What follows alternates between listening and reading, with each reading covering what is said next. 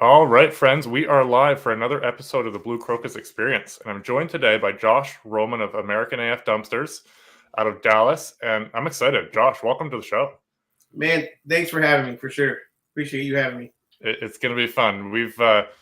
I've been following Josh for a while. We were just talking before we got started here. Josh has got over 10,000 subscribers on YouTube, so he's got a lot of people that know him, and he doesn't necessarily know who they are, but been following for a while. And I've been trying to get him on the podcast here for, I think, before Christmas. We've both been very busy. I just came out. You were busy over the holidays, and then things got busy with the lead up to the new baby for us. So I'm excited to make this finally happen. So Josh, just give people an idea of who you are, what you do, and where you're at, and then we'll roll from there. Definitely. So for the non-10,000 people that don't know who I am, I guess, which is a ton. I'm just a business owner. I've always owned a business since I was 18 years old, even before that. Just a hustler, always working, trying to figure out the what's next, right, for me. So, long story short, I've owned a limo company for now 15 years. COVID hit us pretty hard, and I decided to open up a dumpster business during COVID. Well, why not? I thought it was more of a recession-proof business, completely opposite of a service-type industry that I've been in. And there's always going to be trash. So it wasn't even a company to begin with. It was more of I called it my first video is the dumpster experiment. And I just wanted to see what it was like, if it was going to work for me, if it was a side hustle. And here I am. I don't know. I think I've got close to 100 videos on YouTube. And yeah, I've turned it into a business. I love it. So you started that, it was in October of 2020 or November? Yeah. October. Right about October. Yeah, because I think I was just catching up to speed as well before we jumped on, so I could have a few talking points. And I think you made one. It was like a couple weeks after you got started. You were just picking up your trailers and everything. So what was that process like? Because there's a lot of people here who are getting into it. I mean, I think trailers are harder to get now than they were even a couple of years ago. But you decide dumpster rentals. Your limo business was still running, although obviously a lot slower. And then you kind of just dove in. What other things did you look at, and why did you choose dumpster rentals over everything else? So I won't lie, that was actually my second option during COVID. I don't think I've even talked about this in the channel, so this is like exclusive to I love it. the podcast. But this is actually my second experiment during COVID. My first one was it was called Discount Liquidator. I had a cool cartoon made of me, and I ended up buying a semi truck of returned goods from Home Depot, and it was Home Depot and Lowe's. I think it cost me like $7,500. I got literally a semi truck. And so we turned our shop into like this massive pallets and, all kinds of boxes of tools. And man, that was a lot of work for very, very little money. And then the other thing was, half the stuff that gets returned is because it doesn't work in the first place. And I'm not good with my hands like that. I have no idea how to fix, anything, let alone broken saws or stuff. So anyways, that totally took a dive. Did not work at all. And so then again, I looked into trailers, I looked into dumpsters, and I just thought, trash is, a lot of people don't want to deal with trash. They think that the landfill, which is kind of just disgusting sometimes, but I had never even been to a landfill before I started this business. Really? Never, not once. Wow. Crazy thing, but I bought a trailer. The first trailer, I believe it was like $4,000 all in. It was a 16-footer. I would rent it out as I believe a 15-yard. And it was not a dump trailer. It was just a regular cargo trailer. And literally, I posted an ad on Craigslist to rent it out before I even got home. Actually, no, right when I got home, I believe I posted an ad on Craigslist, and within 2 hours, I got my first rental, and I took it right away to a guy in Ennis who was cleaning out his mom's mobile home. That's awesome. And that's how I started. That is awesome. Yeah, you just kind of hit the ground running. And there was a story too of, I mean, I'm sure you have a lot of stories because I haven't watched the whole channel. But there was one where you emptied everything out by hand. It took Oh you my like gosh. 2.5 hours or something. Was it that same one? So that one was pretty hard because again, it was loose, a bunch of loose trash, lots of books and papers and old CDs and just all by hand. So me and my dad were in there for a while shoveling it and stuff out. You know, we didn't know how to do the pallet pull, and the Yeah. place where we went to didn't even offer that anyways. So that one was also hard by hand. But my third rental was literally my worst one ever to date, and that's when they loaded a mesh cargo trailer with dirt and tarped it, and we had to shovel it out. So we were literally at the landfill for hours. That's And brutal. birds flying over, and I was just praying none of them would poop on my head. You know what I'm saying? Like just one of those things, right? It's like, it was just bad. Yeah. It was bad. Yeah, we've got landfills here, obviously, and with the junk removal, we're headed there all the time. But certainly nothing to the scale of what you'd have in Dallas, I'm sure. So it's they're smelly, things, smelly outfits when you get there, and birds everywhere, and it's a fun racket. The birds are crazy because you normally see, I mean, they look like seagulls. Like you typically think, right, beautiful seagulls at the ocean.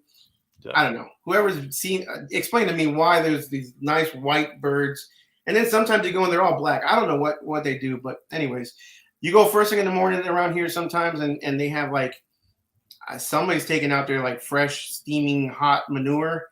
And if you've ever gotten a whiff of that, boy, it's one heck of an experience. I love it. Get into dumpster rentals just for that, guys. Yeah, exactly. Yeah, there's your. So we've got a few people jumping on here. Scott, appreciate you jumping in. Scott's been a longtime supporter of the show. And we've got someone here. I think it's in a group. So if you're in a Facebook group, sometimes you have to approve StreamYard so that we can see your name.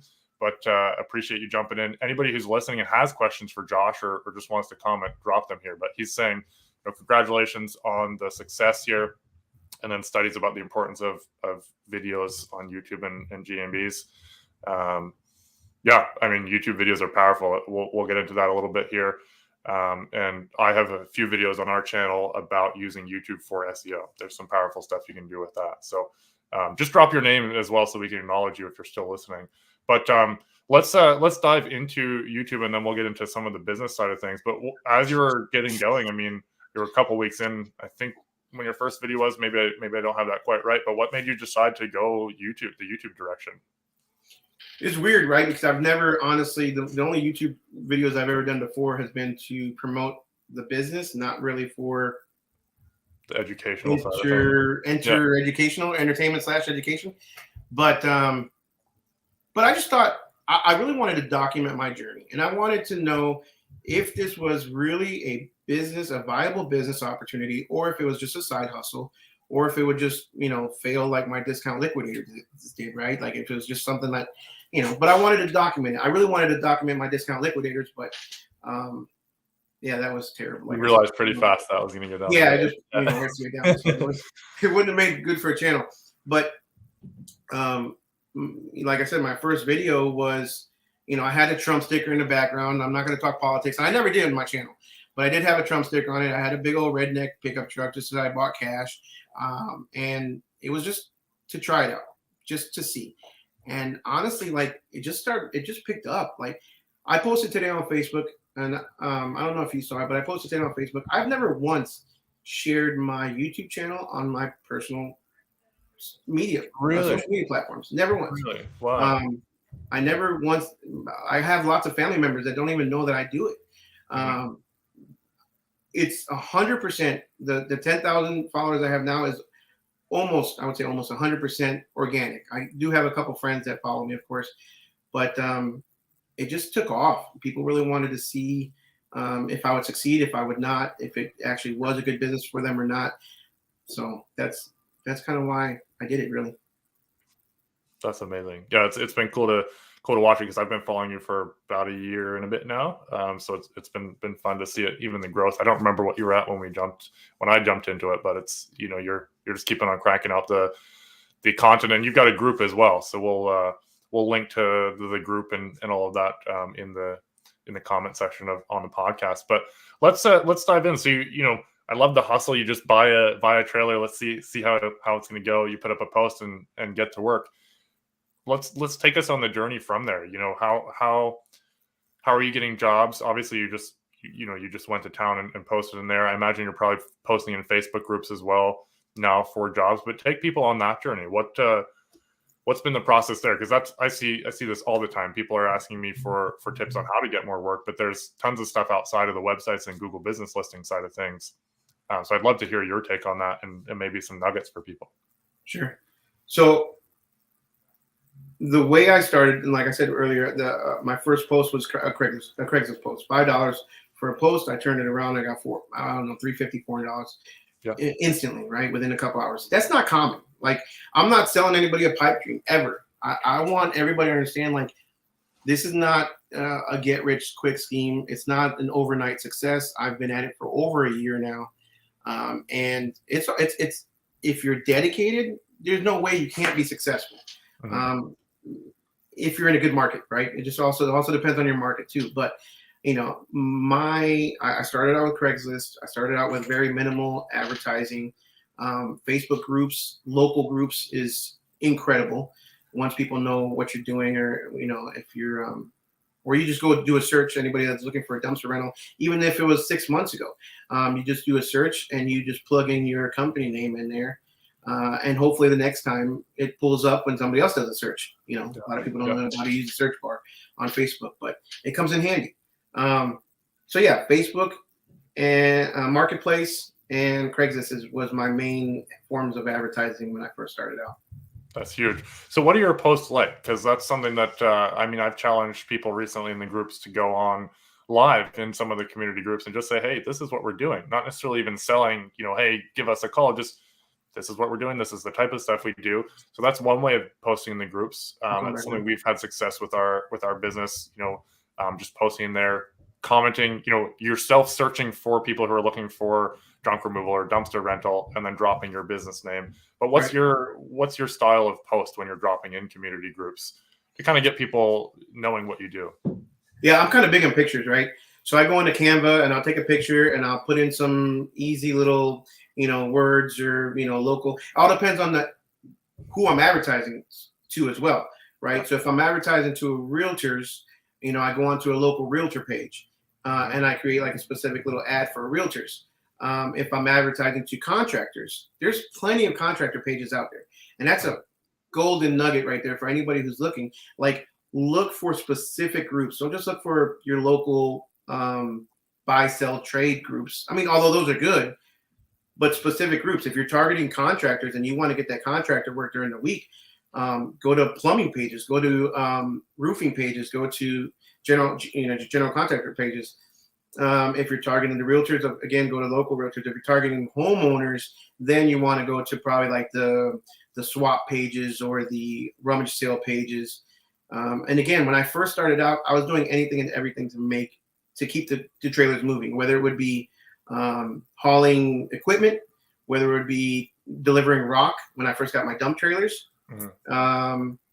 I've done rock. I've done, you know, you can go to a rock quarry and buy 5 tons of, you know, I think they're called 1-inch or 3-inch rock for like $11. Well, this is how it used to be. I don't know about now. This was like a year ago. I'm sure prices went up a little bit, but $11 a ton. So $55, I would walk away. I turn around and sell it for $250 a load and deliver, you know, a dumpster full of gravel or rock. Any way to make money at first, because you just need to hustle. You need to keep the wheels rolling so that you can continue to grow. Yeah. And but yeah, those local pages, those targeted specific pages for who you want to advertise to are huge. That's huge. That's so key. What would you say is your biggest, like, aside from homeowners, what's your biggest sector of, like, is it GCs? Is it realtors? Like, who would you say is your kind of biggest niche there that you're targeting? Contractors. So GCs are awesome. They do want to nitpick and, you know, drive your price down as much as possible, but they're in the business to make money too, right? And be profitable. Yeah. So as long as you, what do you say? Under promise and over deliver, and you give them a fair price, you're almost always you're going to be their go-to, you know, dumpster guy. Yeah. I've built a relationship with one guy in particular who he's now going to become my GC on one of my properties that I just bought. And we're going to work with each other and give each other business that way. So you also meet a ton of people. It's awesome the kind of people that you meet. I've met, like I said, I've met contractors. I met my concrete guy who did my concrete in my house the other day. I've met some awesome people, and you just gotta get out there and talk. Yeah. No, it's huge, and I think a lot of people miss the route. For a couple of reasons, but miss the route of going with contractors. I've been talking with a guy in Georgia, William Bird. We're going to have him on in a couple of weeks. He does dumpster rentals as well. But basically his main source of income is from contractors. He's got in with 2 or 3 roofing companies, and they keep him busy 5 loads a day kind of thing. Sure. And there's a lot to be said for making connections with people that matter in the industry. Homeowners are great, but you've got to have a steady stream of leads. If you can have one person that you impress and have them bringing you jobs all the time, that's huge. So that's right. a nugget there. How many dumpsters are you at now, Josh? 10 dumpsters. And is it still, I don't think I've caught up on some of the more recent ones, but is it still just you, or do you have anybody else helping you lay them out? Just me. You're busy. And that's the way I want to keep it right now for a good while. I love it. And are you still, how's the limo business doing now? Is it picking up at all? We are beyond slammed, thank God. So everything has not only come around 360 degrees, but we are busier than we've ever been. So we're breaking month after month records, which is incredible for us too. That's awesome. So you've got someone else here said, discovering the power of groups allowed us to go full time last spring. Thanks for putting emphasis on picking the right groups. Very useful. Yeah, that's a nugget there, and one that should be stressed is pick the right niche. Knowing your market is so key. You can drop into buy and sell groups, rummage sale groups, yard sale groups, but having connecting with realtors, stuff like that. Do you do any offline stuff, like any walking into offices or networking events like that, Josh? So I am the biggest introvert. Like I don't know if it's very odd, right? That I have a YouTube channel and I'm out there talking all the time, and I'm comfortable doing that. But just going up to people in like a room, a networking event, I'm the guy who's in the corner. Like, you either come talk to me and we'll be best friends. But if you don't, I'm not the kind of person to just go up to somebody and talk to them. So clients I do, obviously, when I'm delivering a dumpster, I'm okay there. But just the group settings, I'm not good at. So I don't do any of that kind of networking. I don't do any cold calling. I don't do any of that stuff. I don't just stop at work sites and say, hey, my name is Josh, would you like to book a dumpster? Which is cool. Like, if you could do that and you're comfortable with yourself doing that, more power to you. I would definitely recommend that, because a lot of those guys too, I mean, you'd be surprised how many of these contractors are disappointed with the service that they are getting currently with their current dumpster guys. Yeah. They almost all have one, right?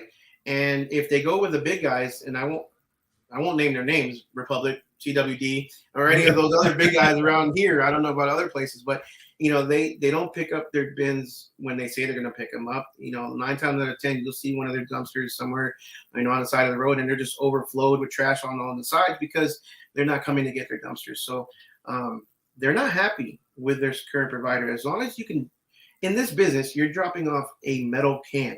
You just have to drop it off when you say you're going to drop it off, and pick it back up when you say you're going to pick it back up, and not damage their property, and they're going to be happy.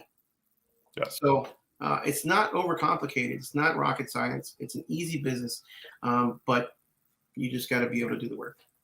I love it. So if you were to start all over again, back in 2020, and you've kind of, what you know now, what would be, the top 3 things you would do for advertising? Ooh.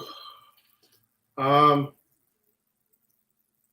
wouldn't do anything different, honestly. Like look, the way that I grew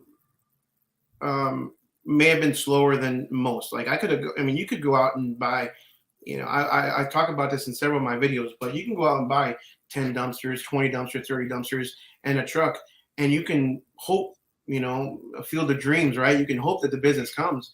Or you just do it organically. You just grow the business slowly, because you don't know what you're going to get into. You don't know what kind of stuff that you're going to get into, how many breakdowns you're going to have. You don't know any of that stuff. So as you grow, you learn from experience. And I've learned. I mean, I grew the hardest you can possibly grow in this business. I went from cargo trailers manually, with the shovels dumping, I think it was like 4 tons or 3 tons of dirt out of my trailer, to dump trailers, to then the roll-offs, to now the hook lift. And I've grown and I've learned slowly. And advertising the same way. Advertising is the same way. I did it the free route, or the very, very inexpensive route. I still do that. I did it the Facebook route. I did it the social media marketing route. And then now I do it through a lot through Google advertising or Google AdWords. And then I'm working on my SEO and all that stuff. So it's really hard to say what I would do different, because I feel like every step that I've taken has been essential to get me where I'm at now.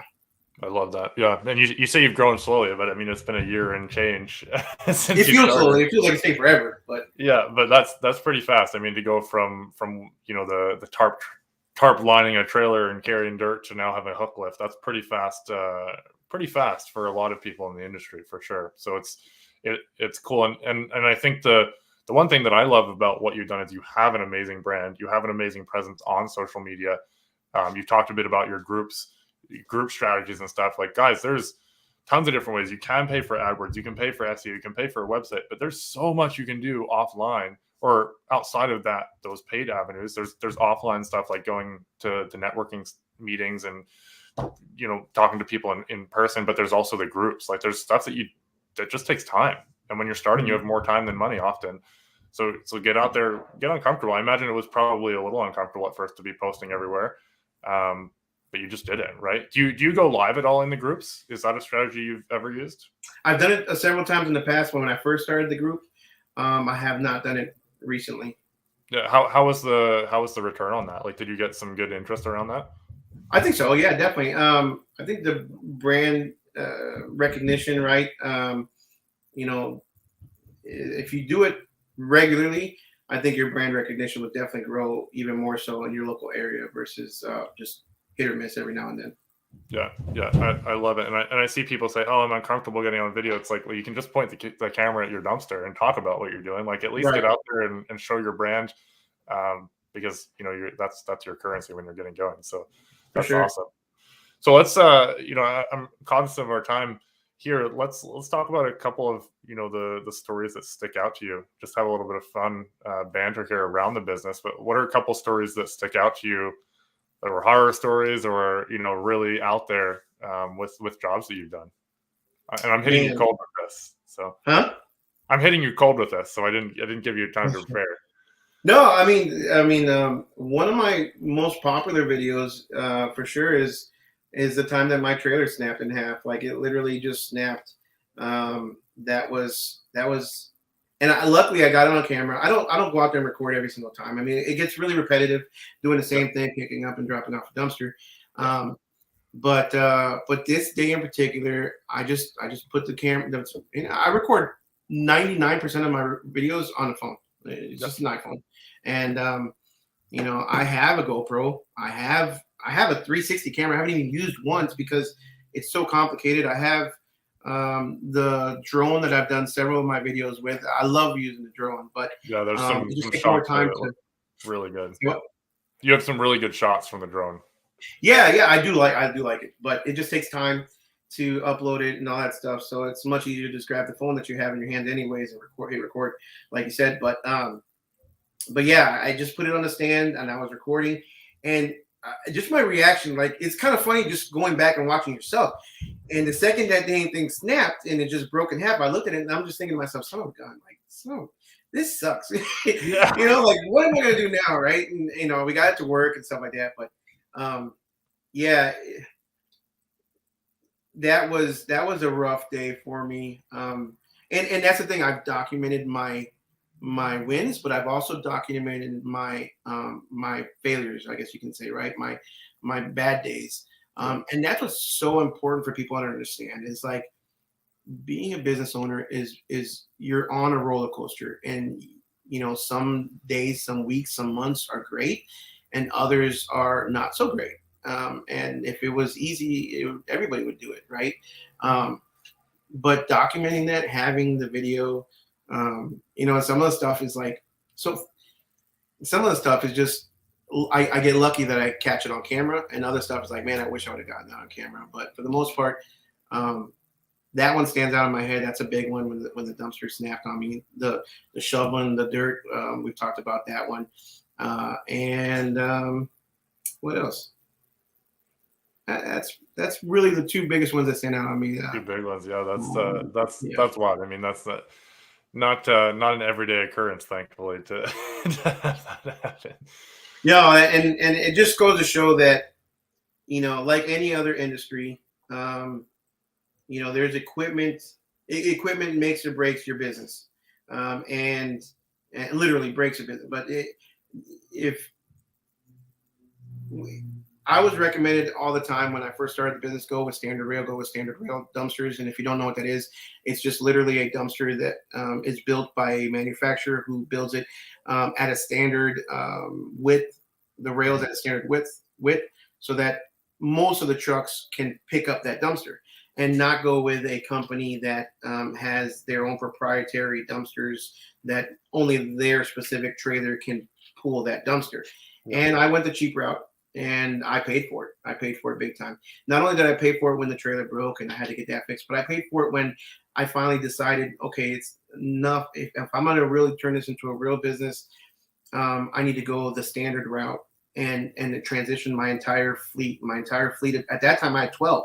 So I had the trailer and 12 dumpsters, and I decided to change it all, sell it all, and go to the hook lift with standard rail. And I went back down to 5 dumpsters for a little while.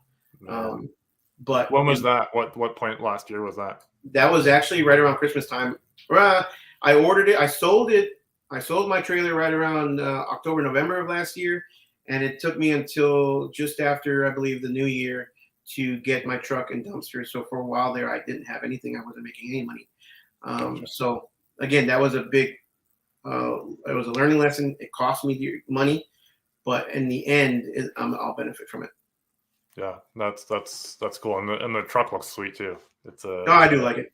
It's so much easier. It's so much easier. Just hit it's a lot faster deploy time, and you can get in tighter areas too, right? Tighter areas. I don't have to get out. I mean, if it's pouring rain out, I literally don't have to get out and hook up the winch or anything like that. One thing is you do got to get out, and make sure the door is secured on the dumpster. Otherwise, if they happen to leave it open, you can damage your dumpster. But other than that, man, I mean, you don't have to line up perfectly to it like a truck and trailer. I don't have to do a whole 90-degree jackknife and worry about the trailer hitting the side of my truck or any of that stuff. As long as I can hook it, I can take it. I love it, man. Well, this has been fun, and I think there's some really good info. I'd love to chat a lot longer, but we're just constrained by time here. Sure. Drop us a couple nuggets. You talk about the roller coaster of business. Drop a couple things for people who are starting out, and then we'll wrap up here with how people can find you and follow you.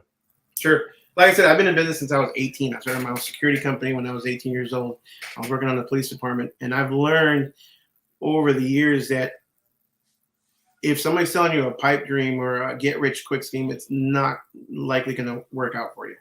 I mean, unless you're the rare few people who can go buy a lottery ticket and become a millionaire overnight. I don't know any business that will make somebody a millionaire overnight. What I do know is it takes hard work. It takes dedication. It takes long nights. And I mean, Elon Musk, he's making the news right now because obviously he just bought Twitter yesterday. But you look into that guy, and that guy, I mean, he says he works over, I think it was like 120 hours a week at some points. He's a busy man. Yeah, and that's what it's all about. I mean, I remember Lewis, when you get a chance, look at my limo company website. It may not be the prettiest, but I have put in hours, days, weeks, months into getting that business or that website to rank the way it does. I don't have to pay for advertising anymore for that business. And that's where this business will get to, right? The cost of customer acquisition. And I know you're probably your main viewers or I don't know, what are podcast people? What do you call them? Listeners, yeah. Listeners, I don't know. But I'm sure most of your people, are following you because of your SEO stuff, right? And because of your website stuff and what you do. But ultimately, the goal is to have enough power on your website organically to rank up in the top, preferably the top one, if not top three of Google, to own as much real estate as you can on that first page, whether it be an ad, a map pack, and then an organic listing. But it's not something that's overnight. I mean, what age of view? I mean, there's so much stuff that goes into it, right? Age of URL, SEO stuff, keywords, backlinks, all that stuff. But you focus on that hard, and business will come. Now it's up to you to make sure that you can provide the service that you're selling, and then it all falls into place. And at some point, we get to where we want to be at, whether it's that financial freedom, whether it's that that time that's more valuable than even money, right? That you can spend with your family. That's huge for me. That I can make all my kids' soccer games. That I can be there when I can make it in my schedule to be there when they need me. But it takes time. Yeah. So don't, it's really easy to fall into a pipe dream, to watch these guys. And I hate to say it, but some of these YouTubers where I make $1 million in my first year, I call BS on that. And if you do, great. But you got to put in the time, and eventually it'll pay off.